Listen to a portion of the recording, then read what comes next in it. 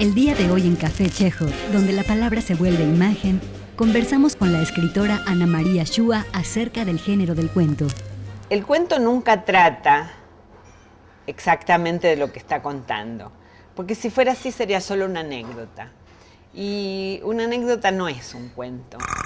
Ana María Shua es una escritora argentina que ha incursionado en la poesía, el cuento, la novela, el guión y el microrrelato. Su novela La muerte como efecto secundario ha sido acreedora al Premio Club de los 13 y al Premio Ciudad de Buenos Aires. Su libro de microrrelatos Fenómenos de Circo ha sido reconocido en su país con el Premio Nacional de Cuento y Relato, y su novela Soy paciente ha sido ganadora del Premio Internacional de Novela de Editorial Losada.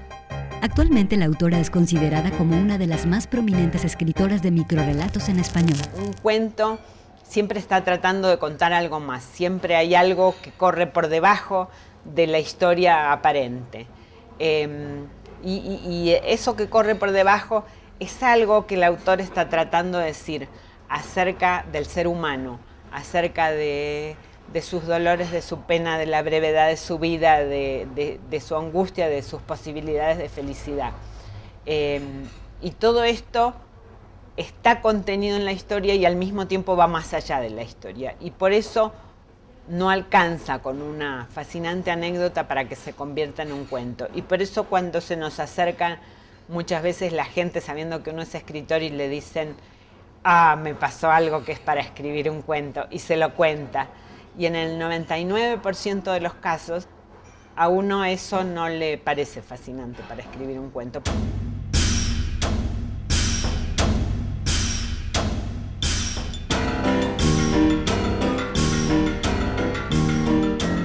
¿Cuáles consideras que fueron tus primeros grandes descubrimientos dentro del género?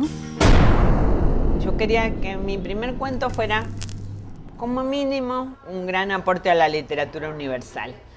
Un cuento de Poe, un cuento de Chekhov, una cosa así. Y empezaba a escribir y bueno, como buena lectora rápidamente me daba cuenta que eso no era ni de Poe ni de Chekhov, ni un gran aporte, y ahí me quedaba paralizada y no sabía cómo avanzar. Cuando había empezado la carrera de letras y empecé a buscar trabajo como periodista. Como periodista no conseguí nada, había muy pocas mujeres periodistas en esa época. Y en cambio todos me mandaban hacia las revistas femeninas.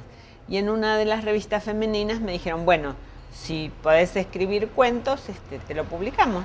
Y al no tener ya ese gran peso de la exigencia artística, pude desarrollar el cuento, pude contar, pude aprender muchas cuestiones técnicas, pude empezar a trabajar con personajes y descubrí algo que es elementalísimo, pero que sin embargo yo a los 19 años todavía no me había dado cuenta, y es que vale usar elementos de la realidad, y si uno usa elementos de la realidad y elementos de su experiencia, todo lo que escribe se enriquece y se vuelve menos convencional y más interesante de leer y más atractivo. Y bueno, cuando yo para trabajar a un personaje pensaba en alguna persona que conocía de la realidad y describía algunas de sus características, bueno, la prosa enseguida levantaba y eso se volvía más interesante. Eso fue un descubrimiento súper básico, pero para mí fue enorme. ¿Cuál sería el primer cuento que te gustaría recomendarnos? En este caso yo elegí La Sirenita. La Sirenita es uno de los cuentos más tristes del mundo, merecedor de estar en ese maravilloso trabajo que hicieron Monterroso y la Jacobs con la antología del cuento triste. Andersen se caracteriza por tener cuentos tristes, tiene cuentos espantosamente tristes, pero creo que La Sirenita es el peor de todos. Es un cuento verdaderamente para hacer llorar a los niños. Fue lo que me pasó a mí cuando lo leí a los 9 años, ¿no? Simultáneamente de pena, de emoción y de emoción estética, porque es un cuento bellísimo.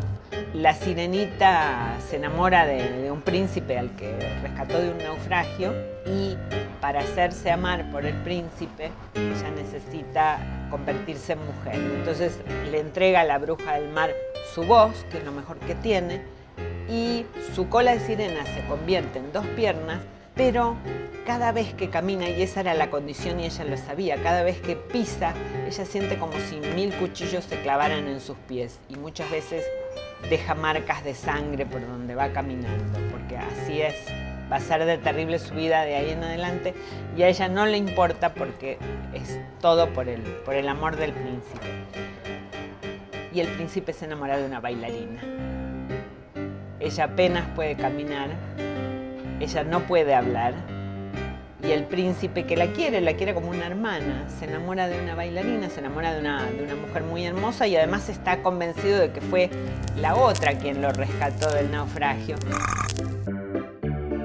En el fondo del más azul de los océanos, había un maravilloso palacio en el cual habitaba el rey del mar, un viejo y sabio tritón que tenía una abundante barba blanca. Vivía en esta espléndida mansión de coral multicolor y de conchas preciosas junto a sus hijas, 5 bellísimas sirenas.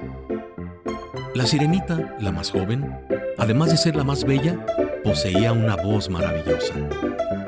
Cuando cantaba acompañándose con el arpa, los peces acudían de todas partes para escucharla. Las conchas se abrían mostrando sus perlas y las medusas al oírla dejaban de flotar. La pequeña sirena casi siempre estaba cantando, y cada vez que lo hacía, levantaba la vista buscando la débil luz del sol que a duras penas se filtraba a través de las aguas profundas.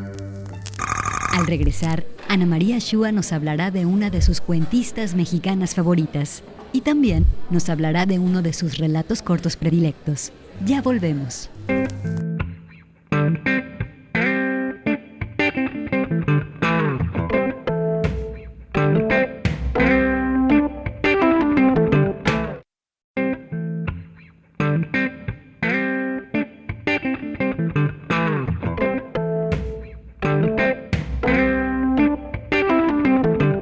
El cuentista cree que hay un detalle del universo que lo explica y lo contiene, así que, con su red y su lazo, sale a la caza de ese ínfimo detalle esquivo.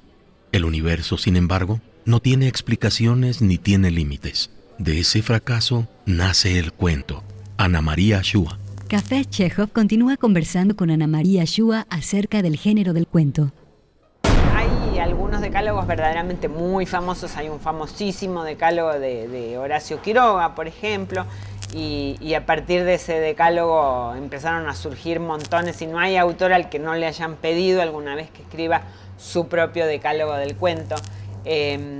Todos son ciertos y todos son falsos, porque cada vez que uno establece algún tipo de preceptiva, un reglamento que el cuento debe cumplir para hacer un buen texto y un cuento de buena calidad, bueno, pues aparece un genio que salta por encima de esa preceptiva y crea un cuento maravilloso que tiene otras reglas.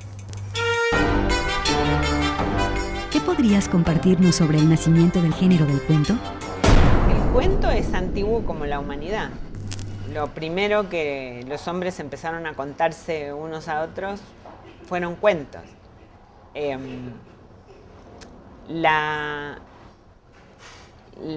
Cuando nació el lenguaje humano, nació la ficción.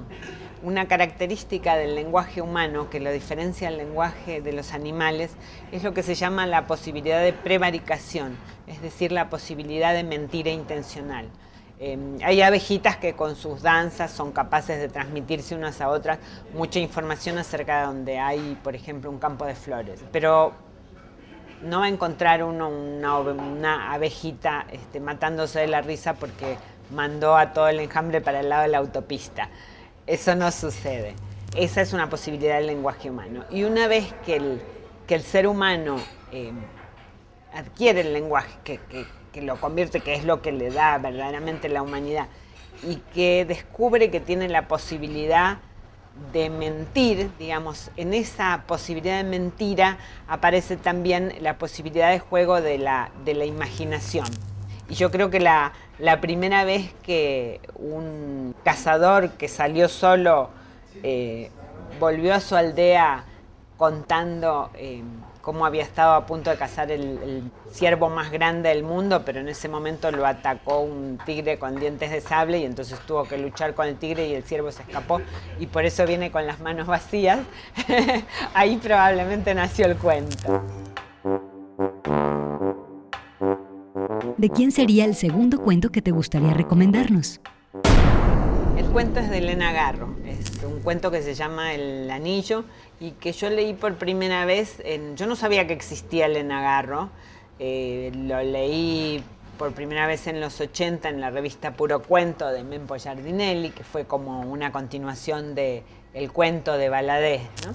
Me quedé asombradísima cuando leí ese cuento, inmediatamente salí a buscar otros libros de Elena Garro, me costó muchísimo encontrarlos.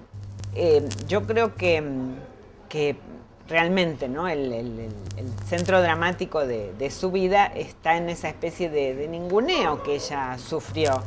No sé exactamente qué pasó con su literatura en México, pero sé que no trascendió al resto de América Latina. Ella podría haber sido uno de los autores del boom, le sobra calidad para hacerlo, y sin embargo no se la conoció y nunca publicó fuera de su país, y Carmen Balcells no se ocupó de ella.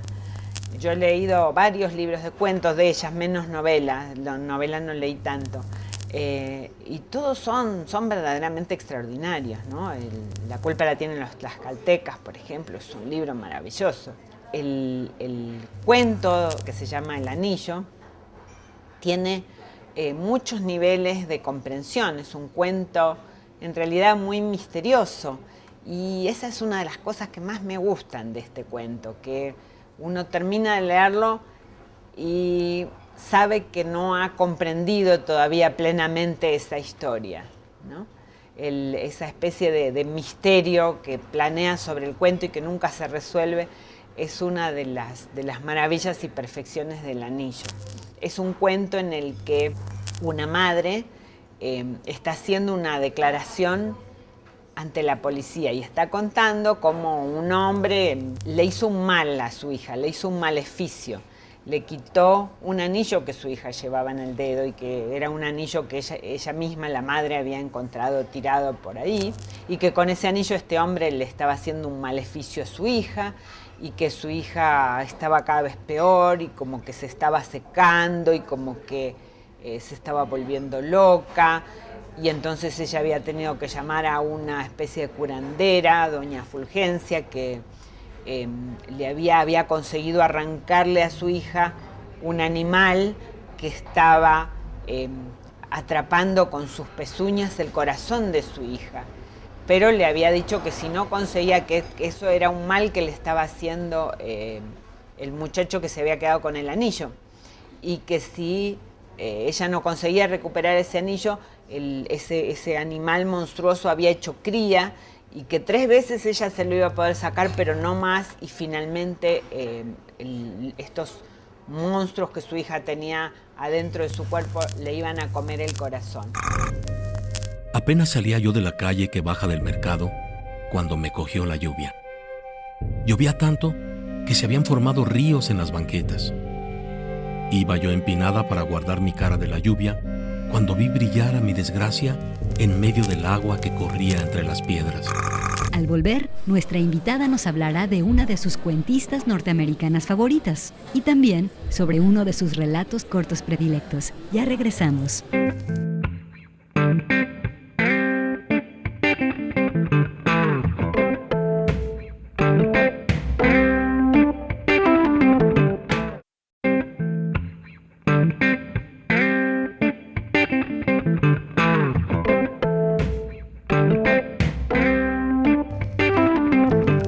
Las minificciones son como traslúcidos fantasmas de sentido. Si se les mira de frente, desaparecen.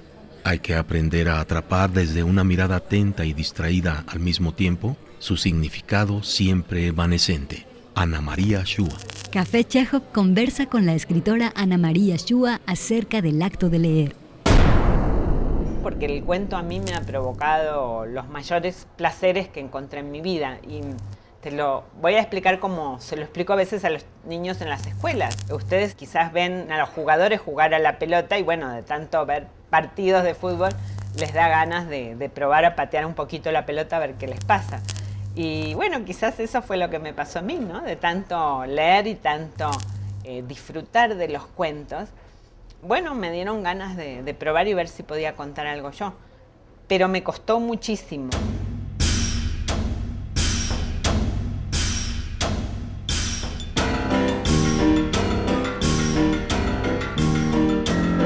¿De quién sería el tercer cuento que te gustaría recomendarnos?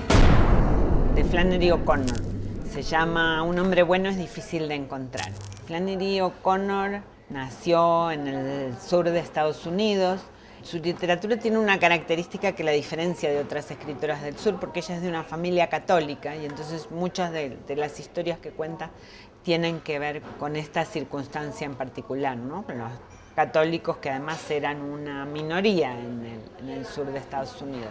Y su vida está asignada de una manera terrible por la enfermedad, que ella tuvo lupus, una enfermedad que hoy llamaríamos una enfermedad autoinmune, que la tuvo también su padre.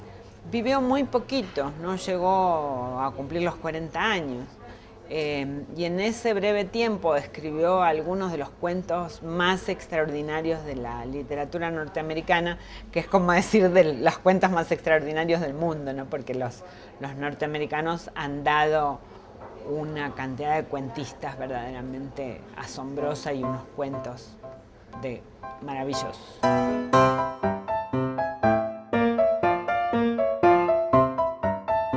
¿Qué podrías compartirnos sobre el estilo narrativo de Flannery O'Connor?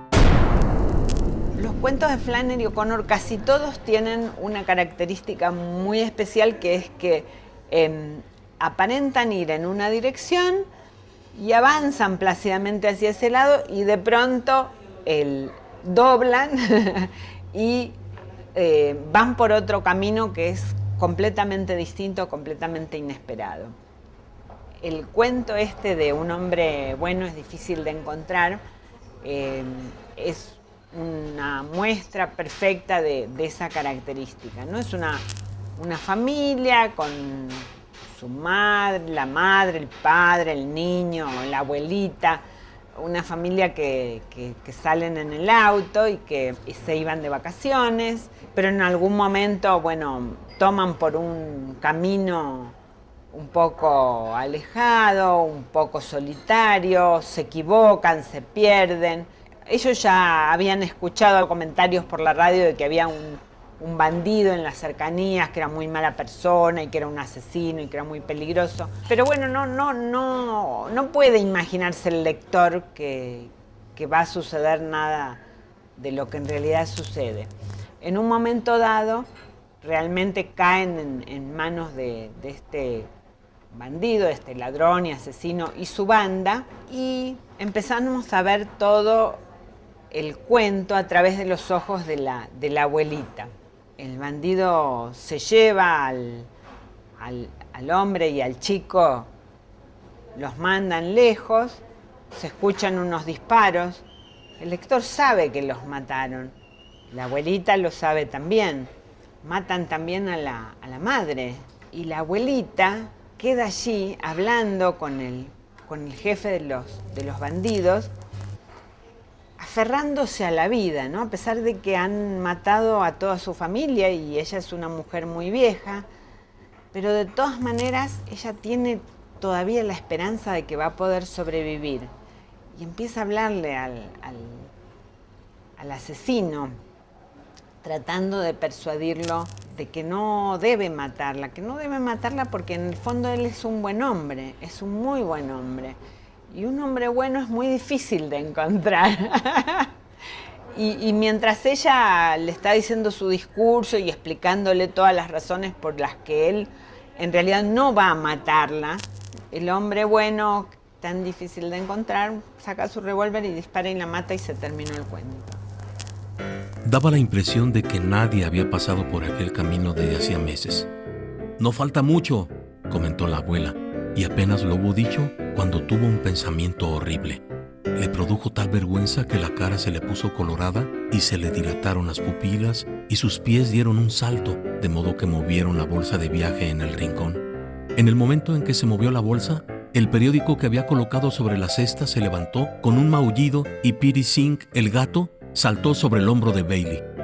Los chicos cayeron al suelo y su madre, con el bebé en brazos, salió disparada por la portezuela y se desplomó en la tierra. La vieja dama se vio arrojada hacia el asiento delantero. El automóvil dio una vuelta y aterrizó sobre el costado derecho en una zanja al lado del camino. En nuestra próxima emisión, charlaremos con el escritor Leopoldo Brizuela acerca de su perspectiva sobre el género del cuento y también sobre algunos de sus relatos cortos favoritos. Hasta entonces. Todo el mundo está de acuerdo que un cuento es breve, pero no se puede entender esa brevedad, dice Flannery O'Connor, en el sentido de cantidad de páginas, sino de economía, dice ella muy inteligentemente. Un cuento es básicamente económico, tiene un criterio de economía.